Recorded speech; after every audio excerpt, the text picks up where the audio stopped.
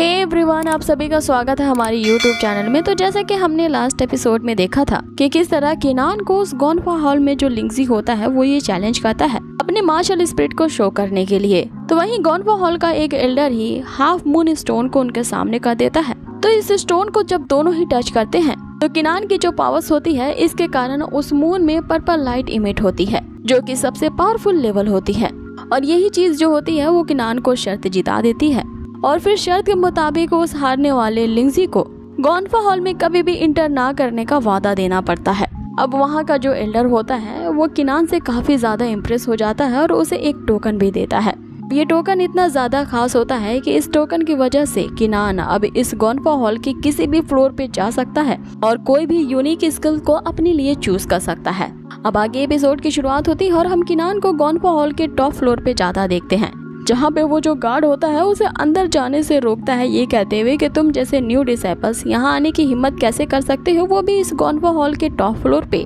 जिसपे किनान उसी टोकन को दिखाता है जो कि एक purple dragon red teeth order है। अब इस ऑर्डर को देखते ही जो गार्ड होता है वो किनान से कहने लगता है कि क्यों नहीं, तुम वाकई में अंदर जा सकते हो। अब उसके अंदर जाते ही ये गार्ड सोचने लगता है कि आखिर इस बंदे का बैकग्राउंड क्या है, क्योंकि इसकी कल्टीवेशन लेवल तो काफी ज्यादा लो है, लेकिन फिर भी इसके पास ये पर्पल ड्रैगन का टोकन का पोजीशन कहाँ से आ गया, जो कि सिर्फ यहाँ के सुप्रीम एल्डर्स को ही दिया जाता है। अब आगे किनान उसी टोकन का यूज करते हुए अंदर जाता है, जहाँ पे तरह तरह की शॉर्ट टेक्निक्स रखी होती हैं और वो सारी के सारी टॉप लेवल की होती हैं। वहाँ पे किनान उनमें से एक बुक को उठाता है और उसके ट्रेनिंग नोट्स को पढ़ने लगता है, जिसमें स्ट्रॉन्ग किंग वू के कुंफू स्किल्स के बारे में बताए गए होते हैं। कि तभी वहाँ पे एक बंदा आता है जो किनान को वहाँ देख करके काफी ज्यादा हैरान रह जाता है कि आखिरकार एक नया डिसाइपल यहाँ पे क्या कर रहा है, वो भी इस गोनफा हॉल के टॉप फ्लोर पे, जहाँ पे न्यू स्टूडेंट्स का आना वर्जित है। अब यहाँ पे वो बंदा जिस लेवल पे होता है वो किनान के भी लेवल को अच्छी तरह से देख पाता है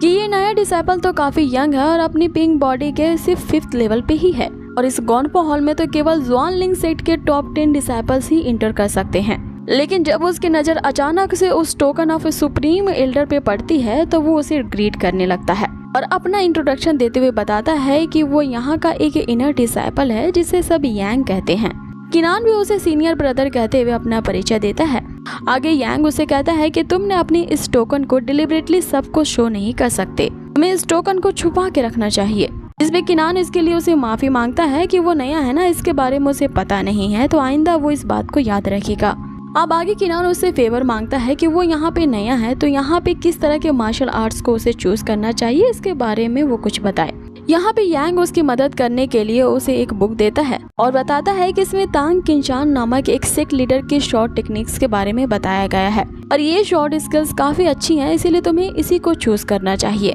हालांकि इसके अंदर जो स्किल्स है उसमें शॉर्ट लगातार अपने आप को चेंज करती ही रहती है, लेकिन अगर तुम उसे समझ गए तो ये तुम्हें काफी बेनिफिट दे सकता है, क्योंकि आज तक सेक्ट में ऐसा कोई भी नहीं हुआ है जो इस शॉर्ट टेक्निक को ट्रू मीनिंग को ट्रूली अंडरस्टैंड कर पाए। लेकिन अगर तुम यहाँ की सबसे फेमस स्किल के बारे में पता करोगे तो सब तुम्हें इसी को चूज करने के लिए कहेंगे। अब किनान उसे थैंक्स कहते हुए उस बुक में लिखी सारे टेक्निक्स को प्रैक्टिस करने लगता है और वो जो यांग होता है वो उसे प्रैक्टिस करते हुए देख रहा होता है और किनान को यहाँ समझने की कोशिश करता है कि हालांकि इस बंदे की मार्शल आर्ट काफी क्रेजी है, लेकिन मुझे नहीं लगता कि ये जूनियर ब्रदर किनान जो है वो उस बुक में लिखे शॉर्ट टेक्निक्स को आसानी से पॉजेस कर पाएगा। लेकिन हम वही किनान को देखते हैं, उसके पास तो पहले से ही फ्लाइंग शॉट की टेक्निक्स थी, जिसे वो उस बुक में लिखी टेक्निक के साथ मर्ज करने लगता है और वहीं पे कल्टीवेट करने लगता है। अब आगे किनान अपनी थंडर शॉट टेक्निक का कंपेयर करने लगता है इस शॉट टेक्निक के साथ और यहाँ पाता है कि उसे ज्यादा कुछ चेंजेस करने की जरूरत नहीं है, वो इन दोनों को मर्ज करके फ्लाइंग नाइफ टेक्निक बना सकता है।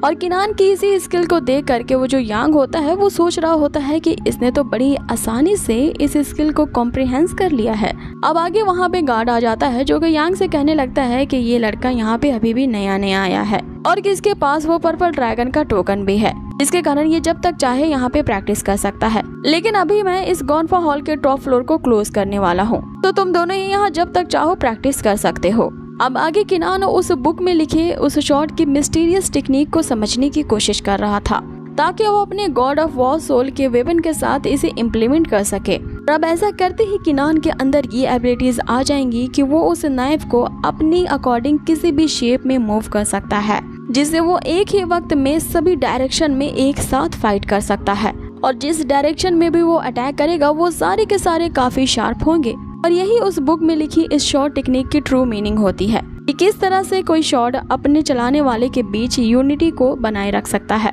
अब जैसे ही किनान इसकी ट्रू यूनिटी को समझ जाता है, वो unity of man on shot के परफेक्ट स्टेट में रीच कर जाता है, जिसे देख करके यांग भी सोचने लगता है कि इस बंदे को उस परफेक्ट स्टेट पे पहुंचने के लिए सिर्फ आधे दिन का ही समय लगा है। और ये तो रिकॉर्ड है क्योंकि अब तक इतने कम समय में किसी ने भी ये करके नहीं दिखाया। आगे किनान यांग को अपने सामने अभी खड़ा देखता है और ये सोचने लगता है कि ये आखिरकार मुझे इतने गौर से क्यों घूर रहा है, और उसे पूछने लगता है कि सीनियर ब्रदर आप मेरे इस स्किल के बारे में क्या सोचते हो। जिसपे यांग उसे कहने लगता है कि तुम इतनी जल्दी उस परफेक्ट स्टेट में इंटर कर सकते हो, उसके बारे में मैंने सोचा नहीं था, और ऐसा करने वाले तुम पहले बंदे हो, मैंने ऐसा करते हुए किसी को नहीं देखा है। इसीलिए अगर तुम माइंड न करो तो तुम मुझे सीनियर ब्रदर की जगह में ब्रदर यांग सिर्फ कह सकते हो। अब आगे किनान उसकी दोस्ती को एक्सेप्ट कर लेता है और उसे बताता है कि इस कॉन्फा हॉल के बाहर शी उसका इंतजार कर रही है, सो वो उससे मिलने जा रहा है। अब शी का नाम जैसे ही वो सुनता है वो सोचने लगता है कि ये बंदा तो अभी अभी इस सेक्ट में आया है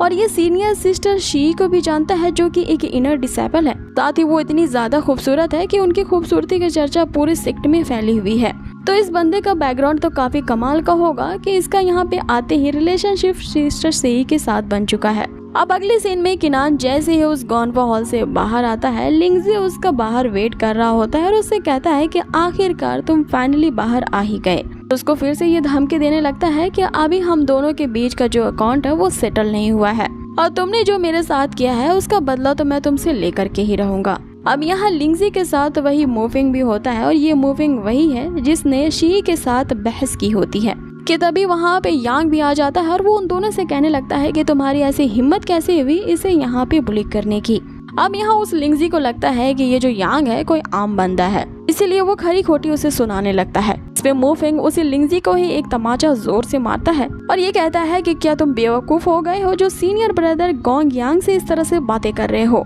आगे लिंगजी ने जो यहाँ यांग से बदतमीजी की होती है इसके लिए मूफिंग उससे माफी मांगता है, ये कहते हुए कि ये अभी नया नया इस सेक्ट में आया है, इसीलिए इसको कुछ पता नहीं है और आपको इसने ऑफेंड कर दिया है, इसलिए सीनियर ब्रदर इस बेवकूफ को माफ कर दीजिए। इसपे यांग उसे कहता है कि इसे थोड़ा समझा दो, मेरा यहाँ जूनियर ब्रदर जो किनान है इसके साथ ये बुलीनेस ना किया करे, वरना फिर मुझे नाराज करने का मतलब तो तुम जानते ही हो। अब आगे वो मूफिंग झुक करके उनसे माफी मांगने लगता है और लिंगजी को वहाँ से ले जाता है और उसे कहने लगता है कि ऑब्वियसली इस किनान का तो कोई बैकग्राउंड नहीं है, लेकिन पहले इसे डिफेंड वो सीनियर सिस्टर शी कर रही होती है और अब ना जाने कहां से उसे बचाने के लिए ये गोंग यांग भी आ चुका है और ये यांग इतना ज्यादा पावरफुल है कि इससे पंगा लेना हमारे लिए खतरे से खाली नहीं। अब आगे किनान ब्रदर यांग को उसकी मदद करने के लिए थैंक यू कह रहा होता है कि इतने में यहाँ पे शी भी आ जाती है। अब यहाँ किनान के साथ शी को देख के यांग वहाँ से चला जाता है। अब आगे शी उस यांग के बारे में बताती है कि ये हमारे ज़ोनलिंग सेक्ट का एक इनर डिसाइपल है,